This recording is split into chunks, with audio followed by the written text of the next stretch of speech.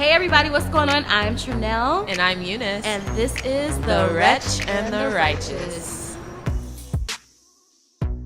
What scares me most is just people learning a lot about me and making judgments about me. I mean, we released our first podcast a week ago, and I know there's some people that have already unfollowed me from social media. And whether that's for the podcast or not, I think there's always that worry that you're going to say something that offends people. And although I shouldn't care about that, I know one of my weaknesses is people pleasing. And so I think I really am worried about how doing something like this and putting my thoughts out there will really change the dynamics of a lot of my relationships or the way people perceive me.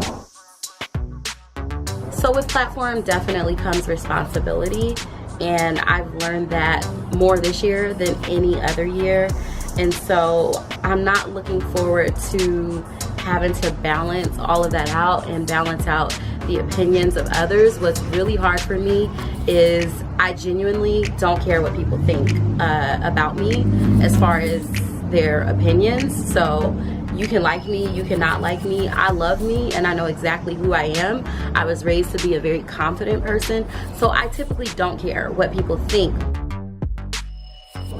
What excited me about this project, I think, was one, getting to work with one of my good friends. We couldn't be far from different from each other, so just the opportunity to come and sit down at a table, and I'm learning about myself and I'm also learning about her, so that's been really fun. I think another thing that really excites me about this project is just putting something out there that people actually listen to. The outpouring of love we've received since recording that first podcast, episode 00, has been astronomical, and so I'm just excited to see where this takes us and kind of what the road's gonna look like ahead. Some of the things that I see for Eunice and I see us being invited to speak or host panels in regards to issues that we discuss on our podcast. I see us developing a much stronger following, which will allow us to work and partner with companies and offer services and products to our followers. For Eunice individually, I see her submitting her work and actually getting paid for her writing to publications and even growing her own blog. She's so amazing. For myself, I just see myself developing more as an artist and a content creator. It's really hard to come up with topics to discuss every week and to have it be different, but the more that Eunice and I meet and the more topics that we come up with and just the more that we record, it's becoming easier to come up with ideas. I feel like it's opening up this new world of creativity.